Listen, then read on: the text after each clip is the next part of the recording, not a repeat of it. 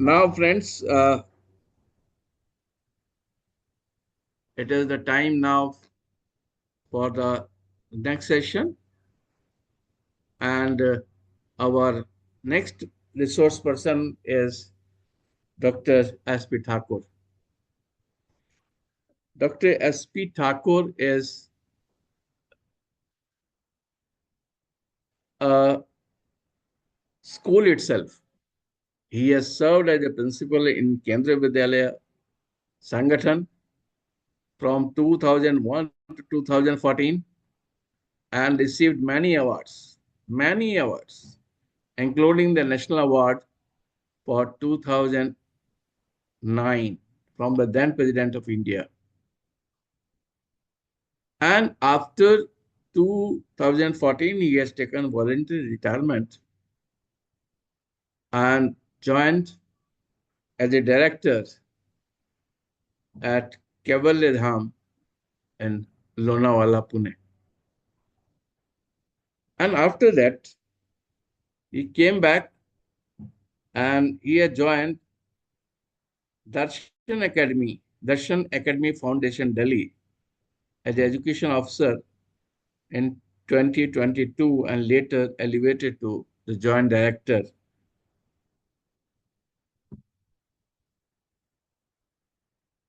If you see his experience, it is vast experience. He is having vast experience in educational administration, in pedagogy, teachers training, lesson planning, data analysis, classroom management, assessment, technology, leadership development, many things. And the good thing is this, that is very actively contributing to the professional growth of educators and the advancement of the education system.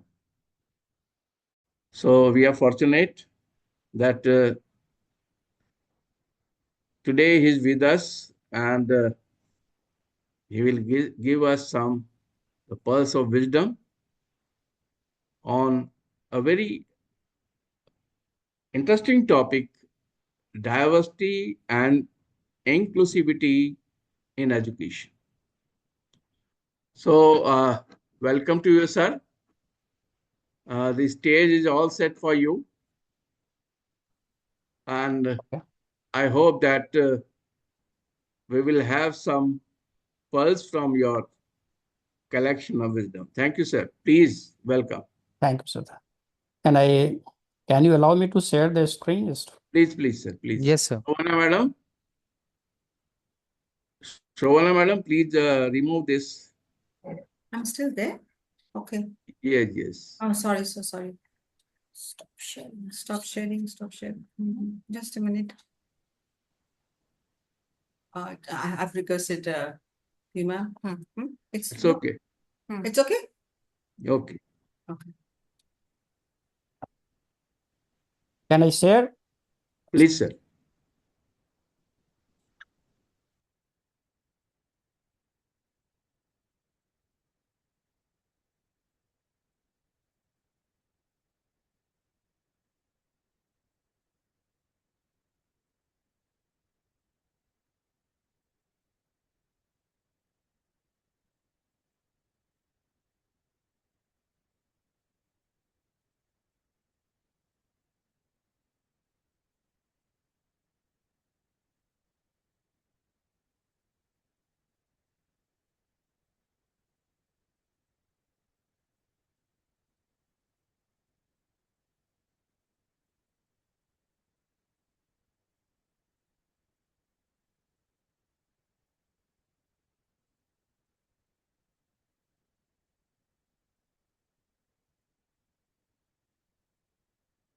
Sorry, I'm unable to share. Sir, your screen is visible. My screen is visible. Yes, sir. Yes, we can see. You But, just need to start the PPT, sir.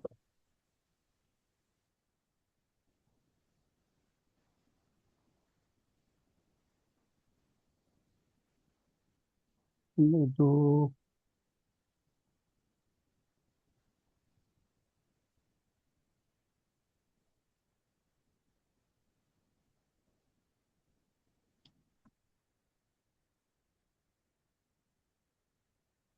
Sir, in case of any problem, you can send your PPT to me. I'll display it here. Okay, yes, that I can send you, but there's no I don't know why this problem is there. I don't know.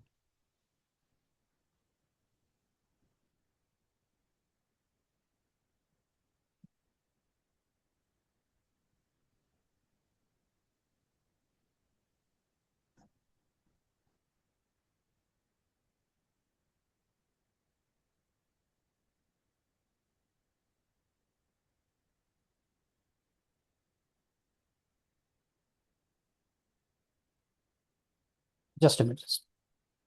It's okay, sir. Please. Yes, Okay. sir. Now, Now now it is it is visible. coming. Now it's It is fine. coming now. Good evening to everyone. Good evening, sir.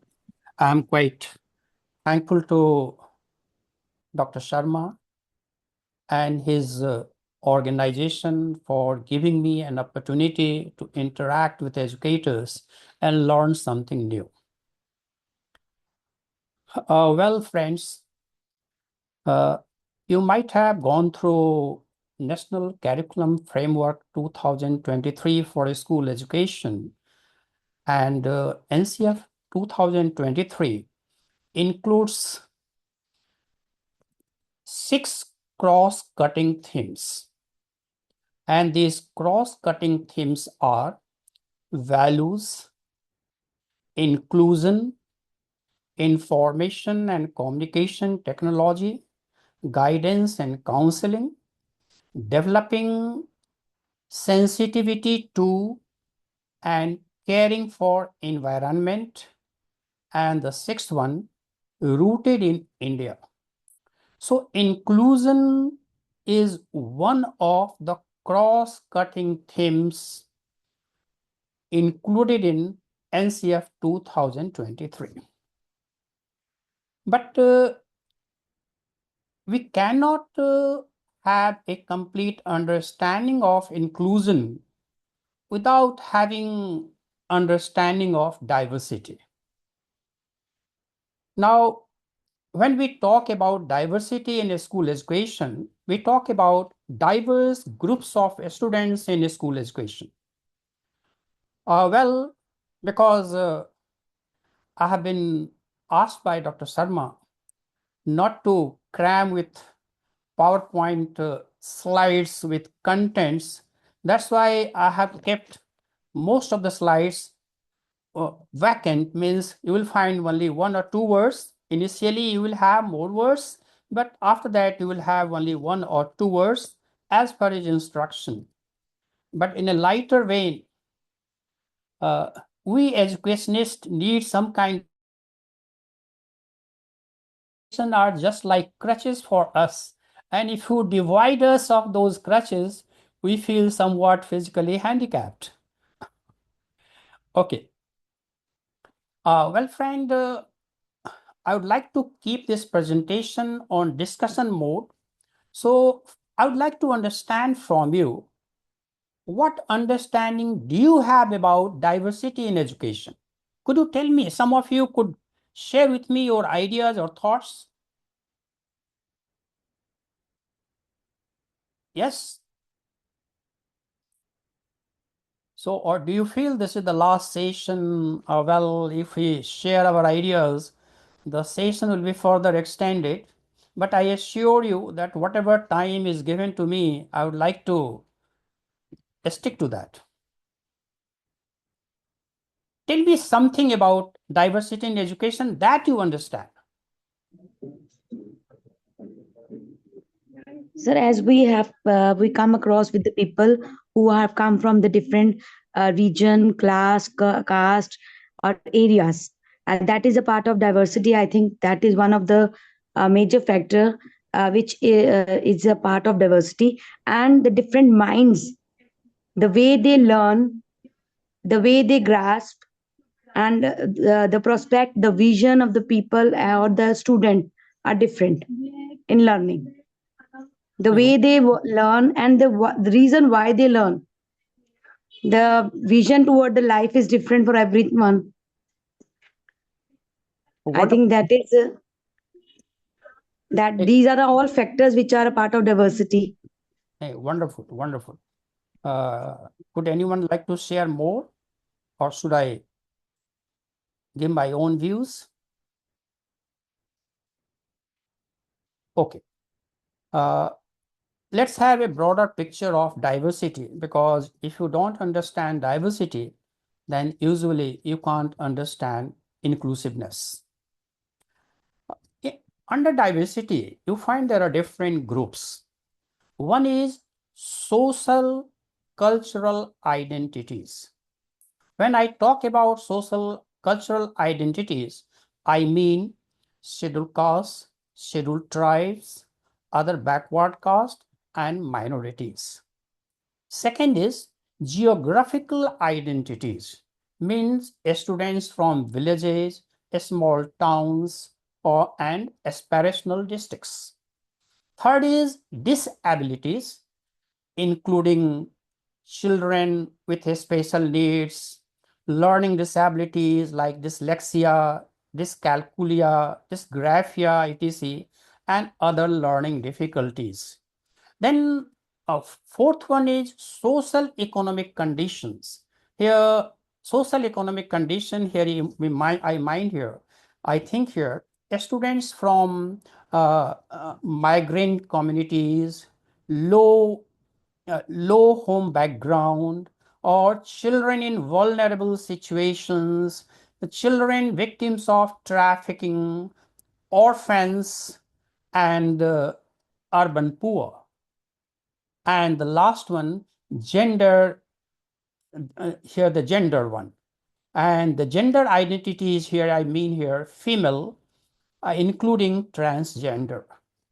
So these are diverse groups of students present in Indian schools. And if you want to address to their needs, you have to follow the principles of inclusion. So what we understand by diversity, we understand here acknowledging differences among students. Acknowledging differences among students. When I'm talking about students, and I have already talked about the 6 categories there, here if I bring all those 6 categories under one umbrella, then that is socio-economically disadvantaged groups. Clear? When I interact with the teachers, usually when we talk about inclusion, most of them say, well, it refers to, you can say, the physical impairment, sensory impairment, speech impairment, or vision impairment, or children with special needs. They only think about that. But I'm giving you the slides here. You can see here that there are 6 categories, and these are diverse groups of students studying in Indian classrooms. Am I clear here? So now you can say then what we mean by diversity. Acknowledging diverse groups of students in Indian classrooms, that is diversity. And what are those diverse groups of students? I talked about socio-cultural identities, geographical identities, disabilities, socio-economic conditions, and gender identities. I think now you have a clear-cut picture about diversity in Indian classrooms, or do you have any question? Any question? So this is one aspect of diversity. Now you might have read about ASER, Annual Status of Education Report 2024. Are you aware of it? Because the ASER prepares and documents annual status educational report of each year, and they document it and share with everyone. I would like to share the data of annual status educational report, and here also you will start thinking what's going on in Indian education system. Of course, this presents a very advanced picture, improved picture. Just to see here, Of course, what is in this essay? This presents a snapshot of students' schooling and learning in rural students. And mainly essay includes students' enrollment, their basic reading and arithmetic skills of age group 3 to 16. This is essay report. Now look at the data here, and that will, and then after looking at the data, you'll feel amazed what kind of learning gaps prevailing all across the country. Of rural India, not urban India. Let us be clear about it. Now you find reading level of a standard, third, fifth, and seventh students. You find only 23.4% class 3 students can read a class 2 level text. Just to imagine, only 23.4% students.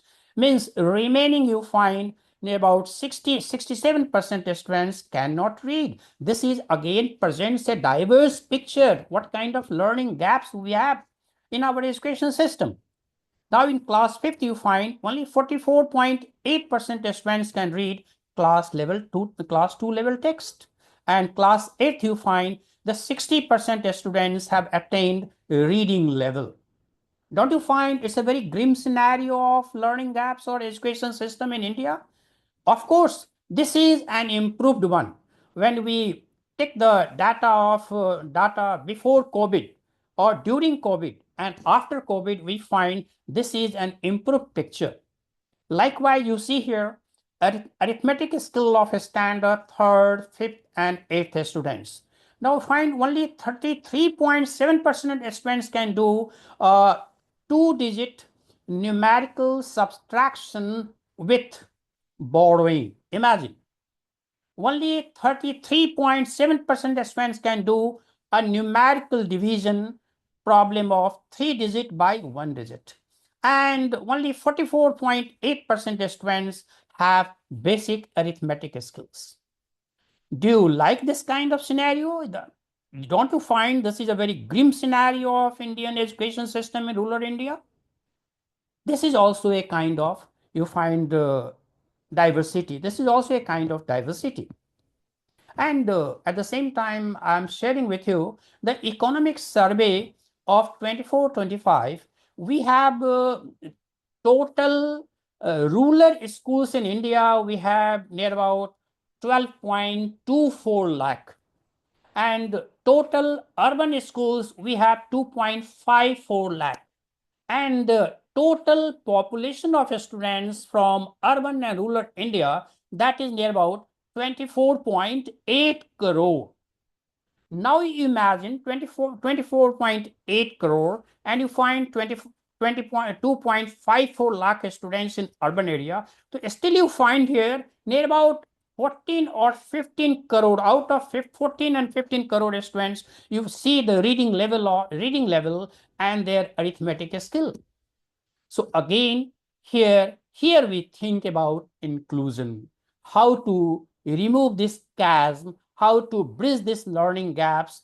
This is here.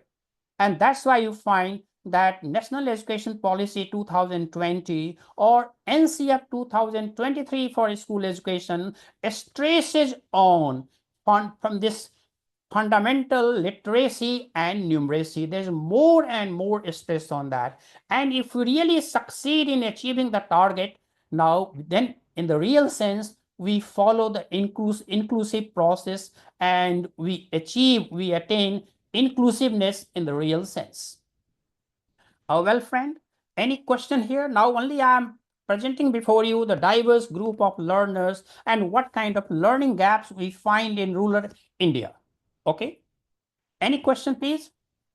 So I think you are clear about diversity. I just tell you again here, acknowledging differences among students. What kind of students? I have present 6 categories of students, and all 6 categories of students can come under one umbrella, and that is socio-economically. Here you can say socio-economically disadvantaged groups. Okay. Now I'm presenting one picture before you because you know that an image is worth more than 1,000 words.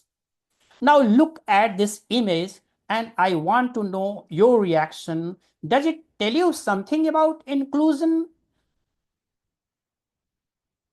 Anyone? I need responses from you, then only it will appear to be interactive. Otherwise, it will be. Yes, sir. One of the student is sitting on the wheelchair, and the girl is helping in studying or giving notes, I think. Okay. So, what do you feel here? What kind of what thought process it triggers or unleashes inside you? Means sharing, I think, sir. Well, you find here. When you So find this here. is that they are accepting any disability, or they are differently abled people in their society and around them. They are accepting in, and they are not making fun of them, and they're just helping them the way they can help them. Do we follow the same system in our schools? Sir, Yes, sir. Yes, sir. We follow, sir. We follow in true sense. Then my hat's off to you. My hat's off to you.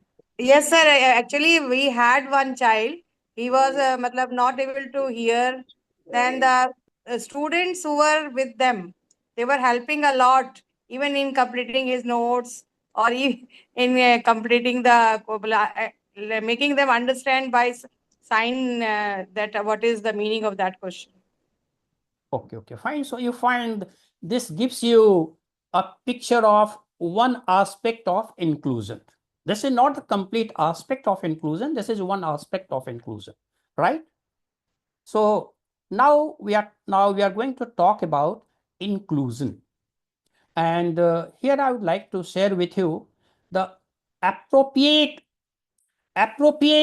inclusive process across stages. When I'm talking about across stages, then I talk about here, well, you find here the foundational stage, preparatory stage, middle stage, and secondary stage. So what are appropriate inclusive processes that we should follow in Indian classrooms, right?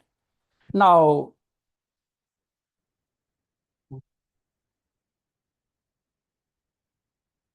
no, because I remember Dr. Sarma's suggestion, your slides should not be crammed with contents. So the first point regarding appropriate inclusive processes, that is physical access. Could you tell me something about how we can address inclusiveness through physical access? And one or two points, can you tell me? You must be following in your schools.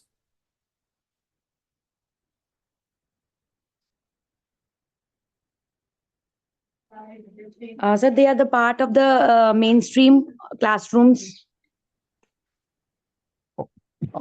Then let me clarify. Let me clarify here.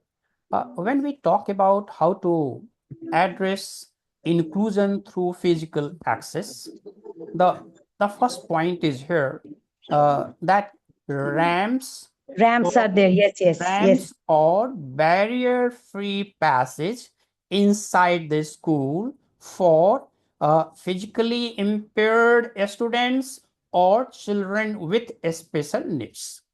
This is the first point. Clear? The second point about physical access here, that is well maintained and functional toilets for children with special needs. You can remember whether you follow these kinds of things or not in your school. Third is here separate toilets for boys and girls, where the toilets of girls have a supply of menstrual hygienic products and dustbins for safe and hygienic disposal, right? And then access to common places or common property on the campus without any discrimination, like furniture. The chairs are meant for such people, the chairs are meant for such people. Then you find a stationery. Well, this stationery can be used by certain class of people. Or you find plates, different plates are used for meals. Now you find the glasses are used for drinking water. So we should not have such kind of discrimination. So these are four major points through which we can address to physical access. We can address to inclusion through physical access. Any question? Any question? So, no. Okay. Then just second point is here, language. How can you address inclusion through language where you have diverse groups of students? Yes? Any reaction from your side?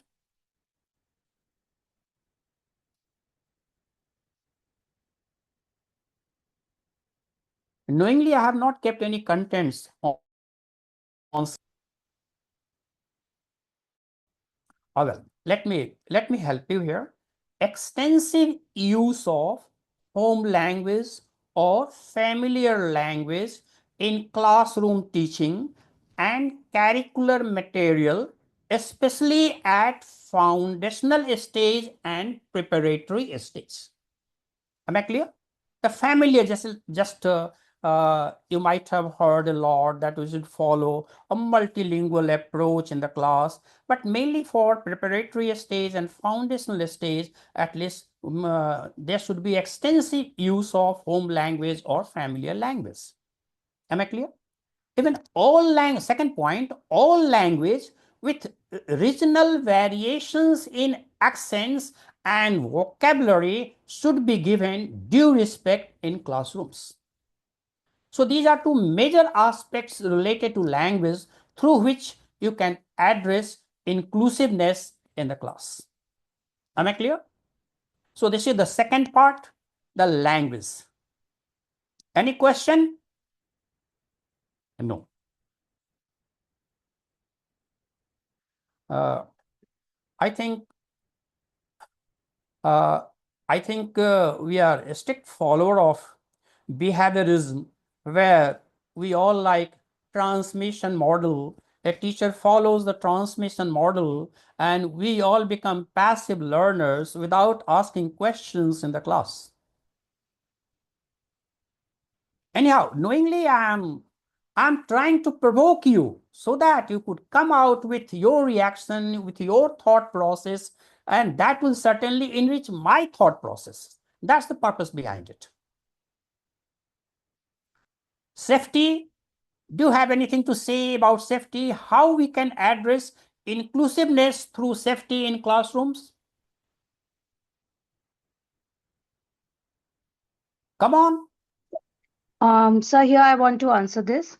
Please. Ambika this side. The teacher and the school should ensure that the child, regardless of his disabilities, is safe enough in the class. Children are sensitive enough to his physical needs, his mental needs, and they understand him, and he feels safe and secure in the class and school environment. Okay. Anything more? Now, here I'm giving a new dimension to it. Of course, whatever you have spoken, that's a very important point, but I would like to add some new points for you here. Now, when we are talking about safety, okay, how we can address inclusion through safety in Indian classrooms, first we talk about here that children should be free to take intellectual risks, ask questions, express their views freely without anxiety of being reprimanded or rebuked or scolded. This is the first point. You have to give them liberty to express their views. You have to give them freedom to make mistakes, to experiment, to follow trial and error method. And in this way, they can where you can say they can show adaptive learning behavior. When we talk about to take intellectual risk, means they can follow adaptive learning behavior. Adaptive learning behavior means they can ask any question in the class, they can make experiment from their own side, they can make mistakes, but we should respect them, we should encourage them. Am I clear? This is the first point about safety. Second point here, inequity on the basis of, I'm using not inequality, I'm using the word inequity.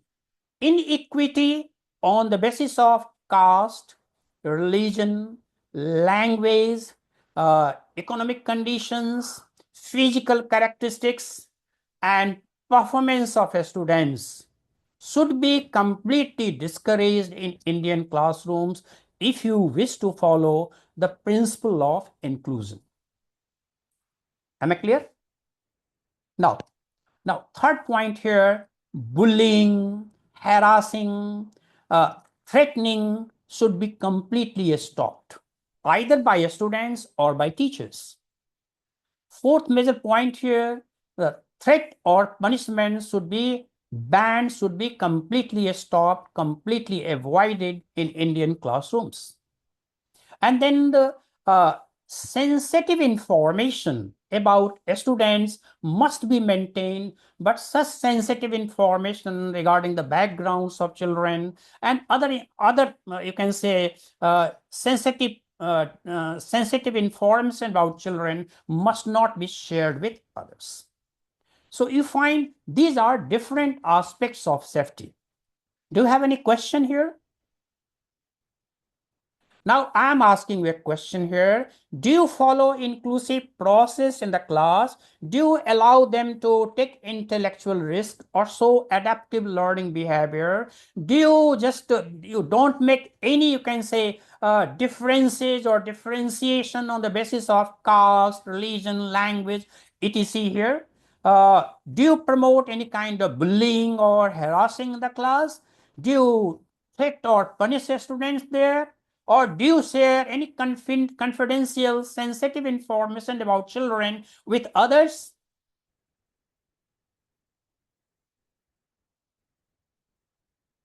A very silent group. Okay, very good. Not definitely, so not, sir. But it's clear. The points are clear. What I want to say, what I want to put across, these ideas are clear. Yeah, how you can address inclusiveness in the class through safety. This point is clear. Or you Yes, have sir. yes. Yes, sir. Should I proceed further then? Sure, sir. Yes, sir. Okay. Yes, sir. Okay. Definitely, sir. Okay. Then we can address inclusion through curriculum and textbooks. Can you think of any point how we can address inclusion through curriculum and textbooks? Your response?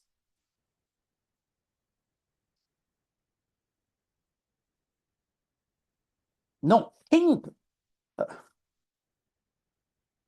You should also take intellectual risks, just like children. You should have adaptive learning behavior, just like children.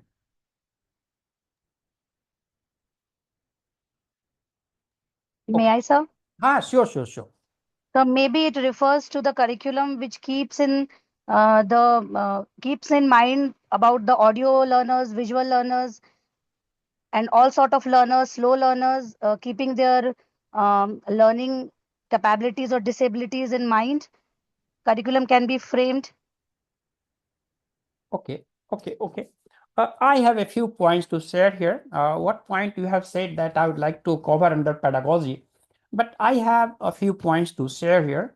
The first point here, the curriculum should be free of all forms of bias and stereotypes.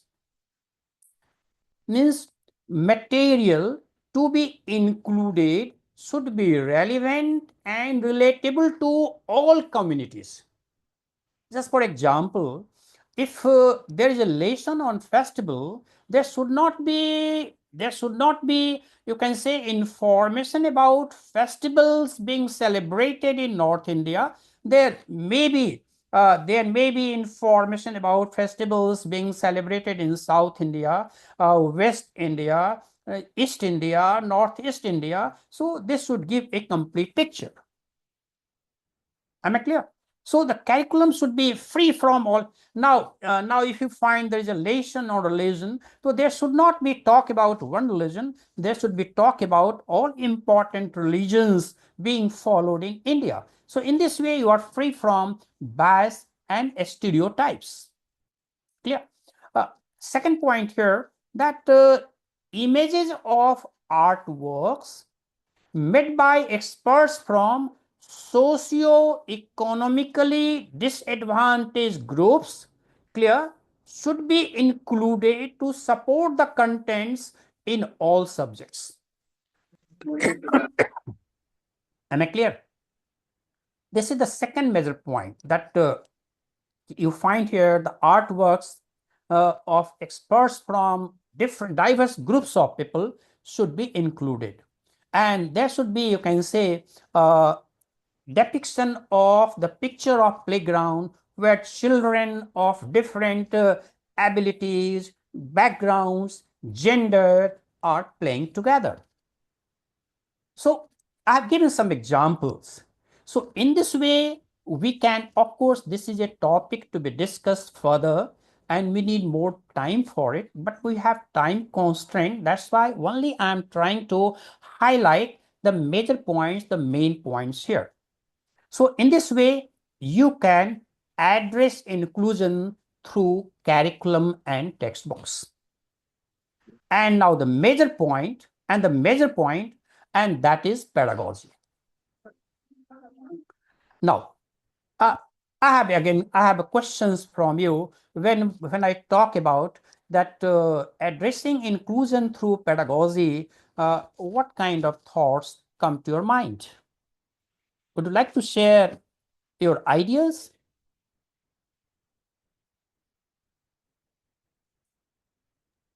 Well, I know this is the last session and you take your own time. Radhika, can you say some? Do you want to say something? Radhika Sharma? Yes, sir. In pedagogy, we can say that different learning styles should be considered.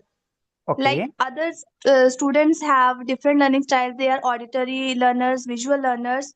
So pedagogy should be based on that. Okay, this is one aspect. Good. Reena Majumdar? Sir pedagogy student friendly होना चाहिए student friendly curriculum this kind of curriculum is most important for this student. Madam, here we are not talking about curriculum. Here we are talking about the transaction of curriculum through certain processes. This is the science of teaching. Pedagogy, that is science of teaching. So we are talking about the transactional process in the class, that is pedagogy, right? Ruchi Pathak? Ruchi Pathak, can you add something in pedagogy?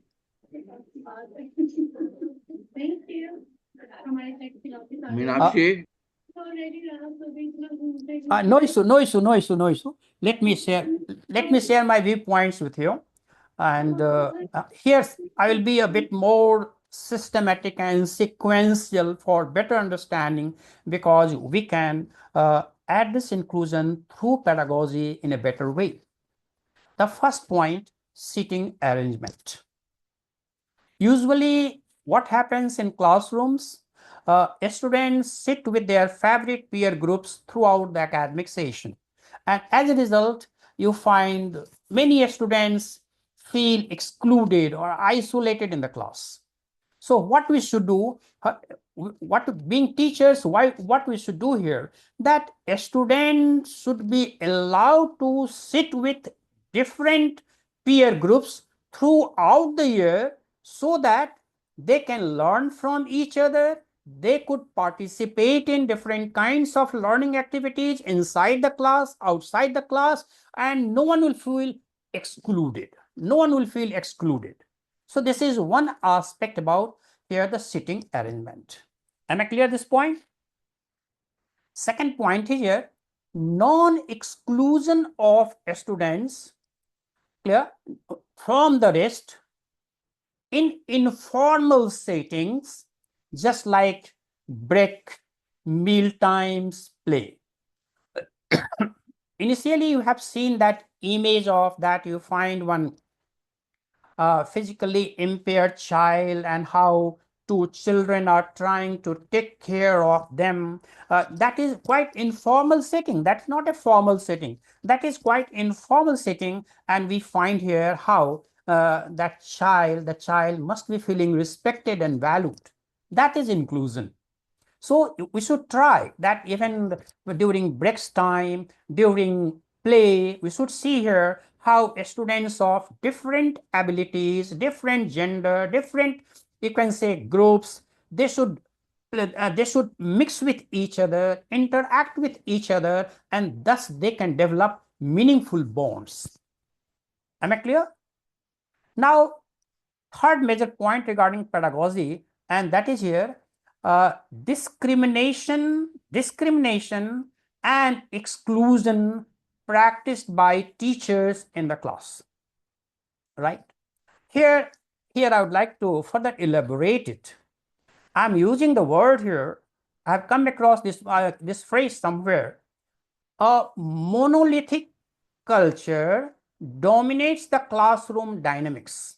A monolithic culture that dominates the classroom dynamics.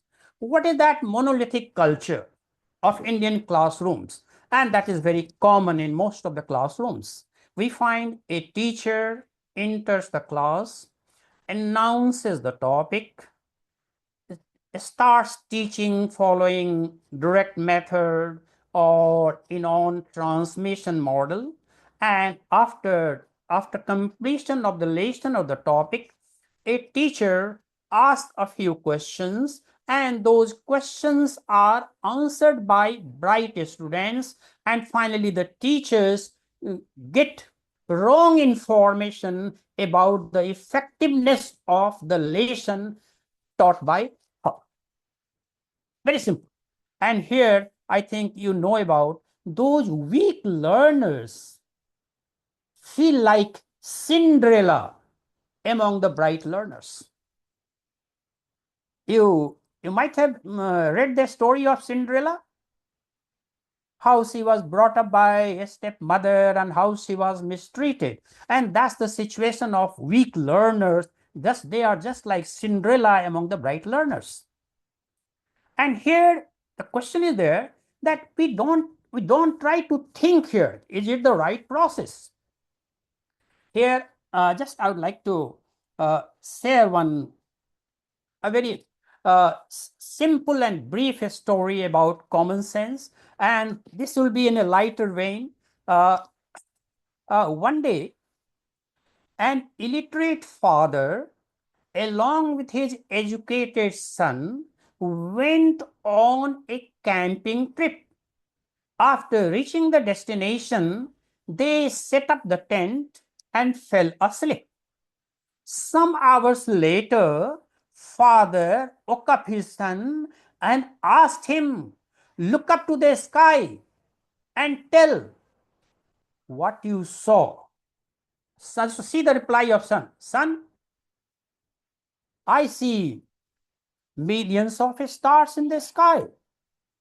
Father, what does this tell? What does this tell? You see millions of stars. What does this tell about it?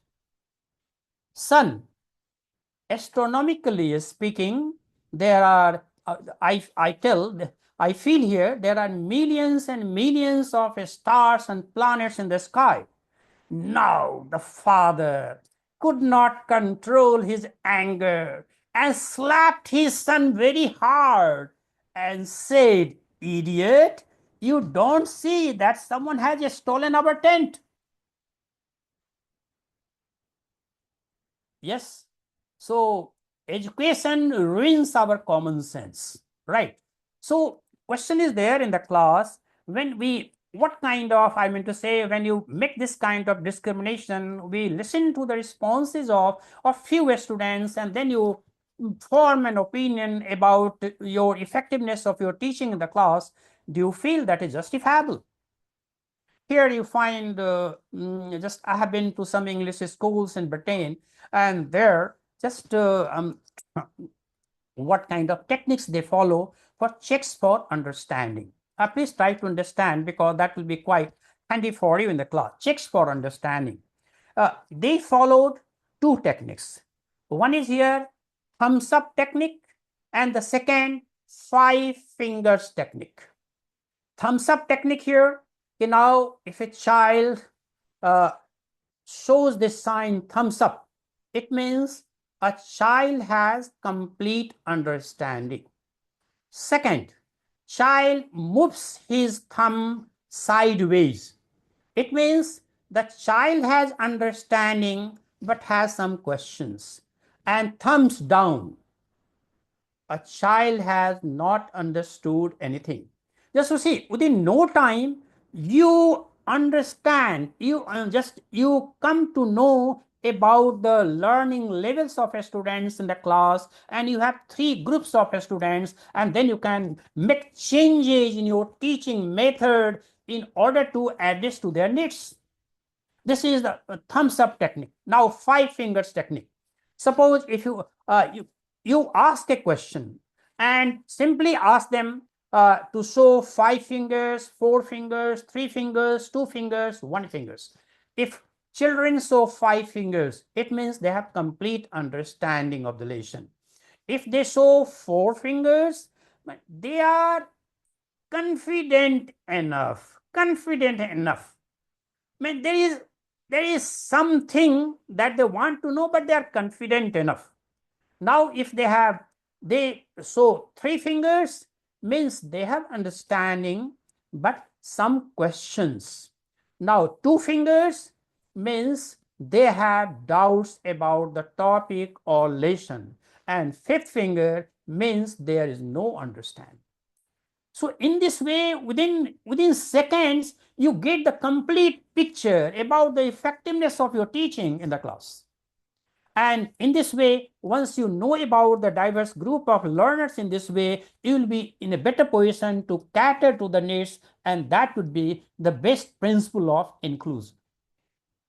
Now, the fourth point here, that tailored learning materials for children for diverse groups of students. Tailored learning material.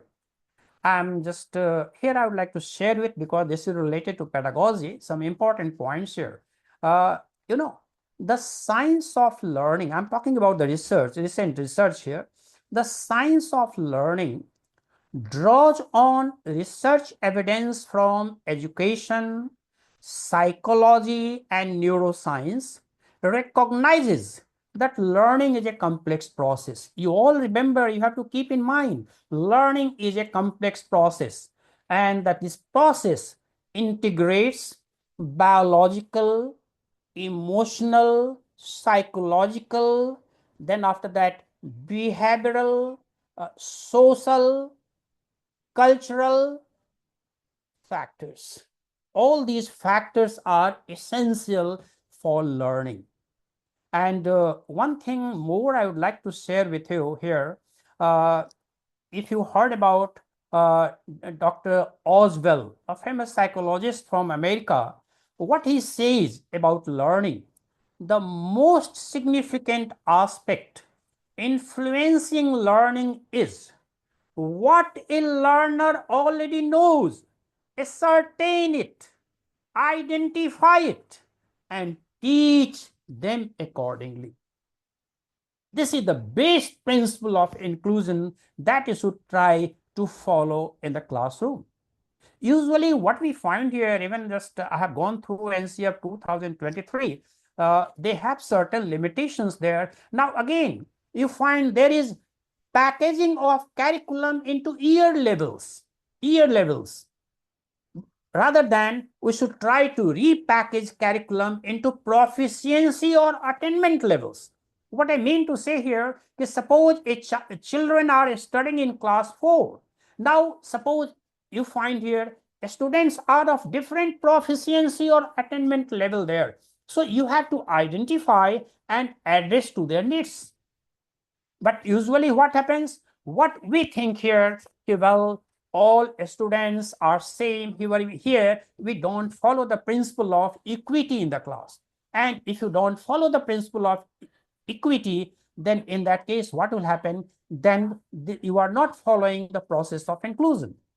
Now, you may be surprised that always we get confused between equality and equity.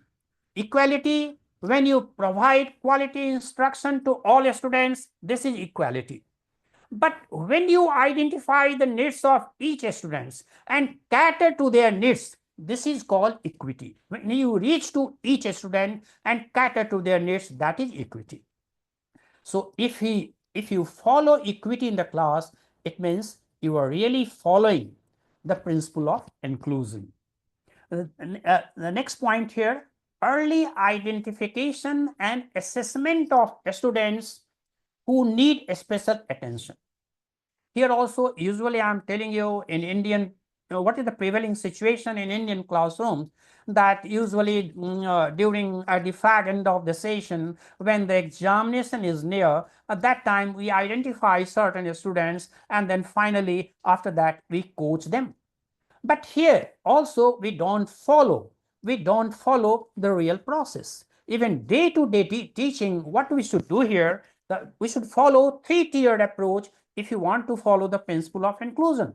First is here the quality instruction for all students, then target intervention or target support for certain students, and then intensive intervention or support for some students. So in this way, if you follow 3-tiered approach in the class, you would be in a better position to address inclusiveness in the class.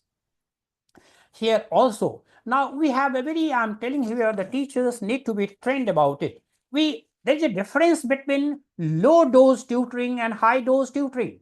Usually what happens, we identify certain students, and after school break, we engage ourselves with them for some time.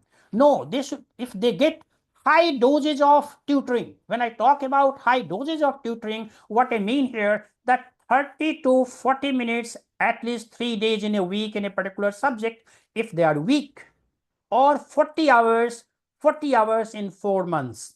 So if you provide this kind of high dosage tutoring to students, then you can achieve, you can say, equity or inclusiveness in the Indian classrooms.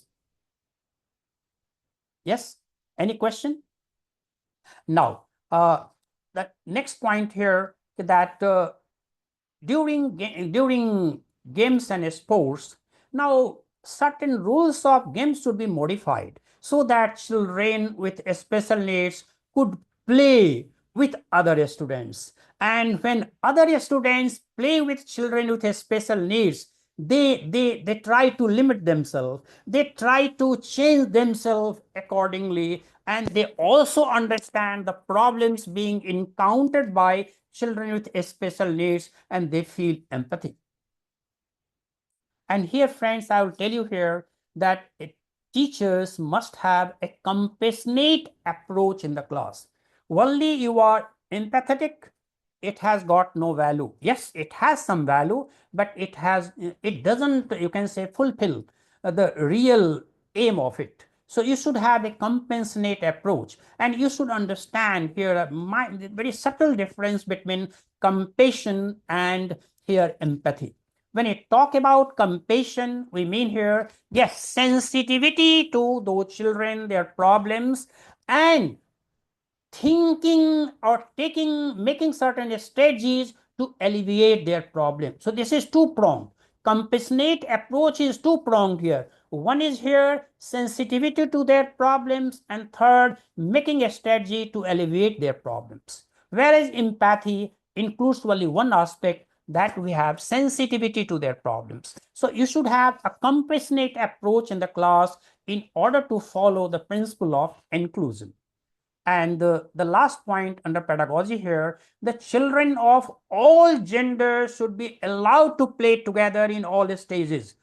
This is not good that girls are playing separately and boys are playing separately. No, this like Kho, Kabaddi and other games, they should be allowed to play together. So there should not be any kind of discrimination, right? So do you have any question here from your side regarding pedagogy? Because this is the most vital aspect through which you can address inclusion in the class. I know just it is 6:45 and my time is only 6:30. So let me conclude here. Now, and at last, what I mean to say here is just after each learning activity, teachers should try to assess whether in principle of inclusion has been followed or not. How could you assess whether the principles of inclusion have been followed or not? How do you assess? Here I am giving you some triggers as examples. First, after completion of learning activities, you can ask questions. Did all students get a chance to participate in learning activities? One question. Second question, did teams or groups have representation from all gender present in the class? Third question, did anyone feel discomfort during learning activities? And the last question, did anyone feel that they are treated badly during learning activities? So these are a few questions that you can ask the students, and you can assess your learning activities whether you have followed the principles of inclusion or not. And now here, the last point here, friends, again, I'm coming back to diversity and inclusion. What do we mean by diversity here? Acknowledging differences among students in Indian classrooms. That is, again, I tell you the umbrella word, that is socio-economically disadvantaged groups. And what is inclusion? Embarrassing differences. Embarrassing differences where all children are welcome, valued, and respected. How? I have already talked about that through physical access, language, safety, curriculum and textbooks, and finally pedagogy, right? And if you want to ask certain question, you can ask certain questions. But only I would like to share one very touching, I mean to say, incident. One day I was conducting workshop in Darshan Education Foundation for principals. And one of the mothers came to me and shared with me, sir, I was building pressure on my son. Why don't you secure very good marks just like other students in the class? Now, I kept on building pressure. One day, the son told me, Mama, why don't you swap me with a child that secures good marks? Imagine how touching it is. How touching it is. Any question from your side? I'm through from my side because I had limited time. But any question from your side, please?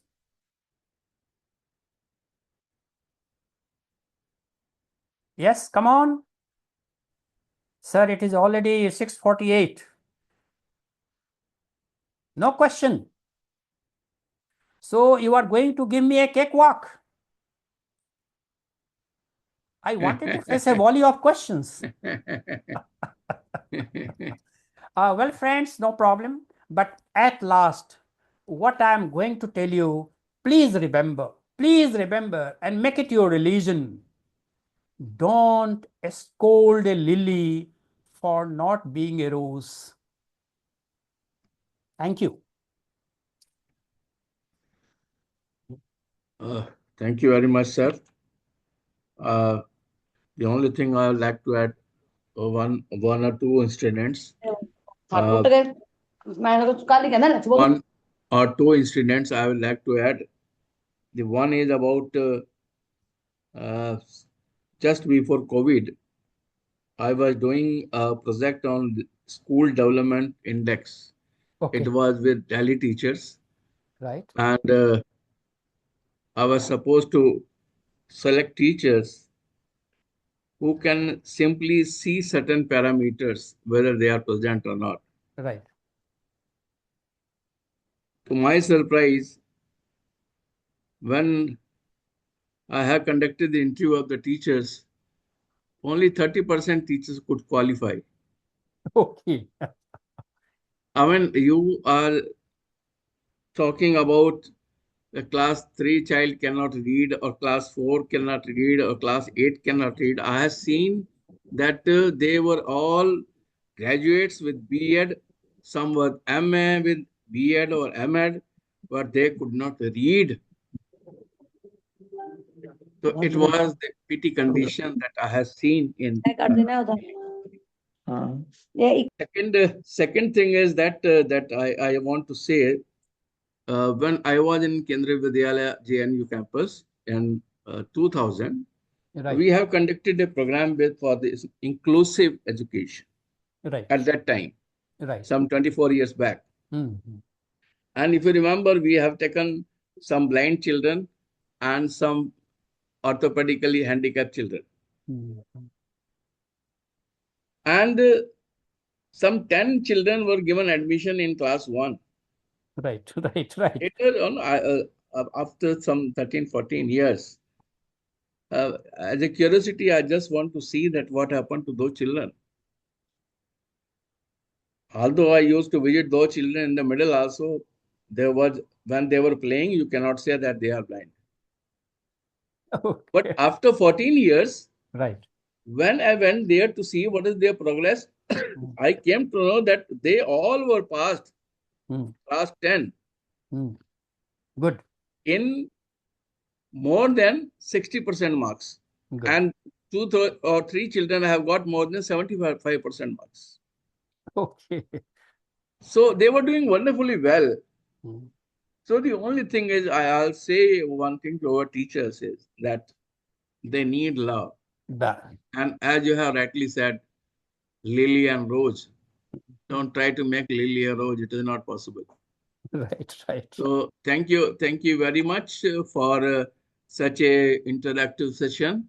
Although our teachers are somewhat, they are feeling that the time is more, so we Jaded. have to go. So now here again, I have a grudge against you. You have not followed the principle of inclusion because you have kept this topic at the end.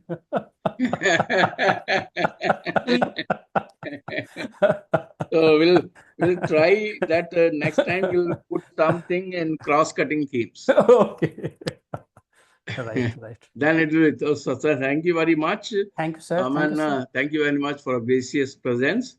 It was very nice to interact with you after a long time. Thank you very much. Thank you, sir, for giving me this opportunity. I feel highly obliged, deeply indebted to you. Thank Please, you. sir. Thank you. God bless everyone. Abhishek, please. Yes, sir.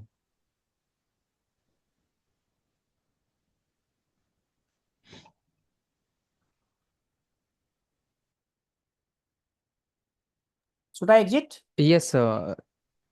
Okay. Okay. Yeah. Please, sir. I'm going.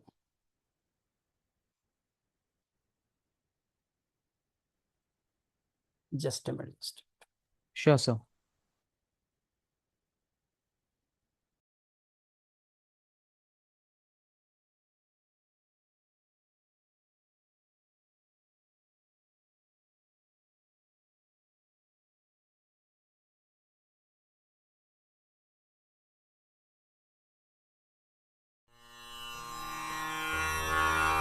ॐ द्यौ शान्ति अन्तरिक्षं शान्तिः पृथिवी शान्तिरापः शान्तिरोषधयः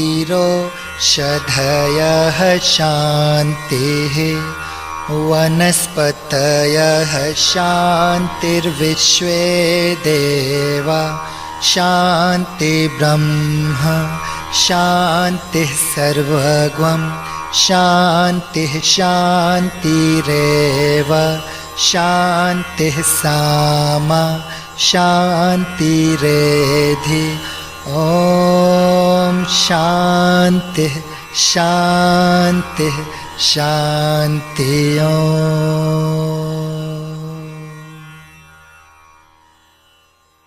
So thank you very much. And tomorrow we'll meet at 3:50. Thank you very much.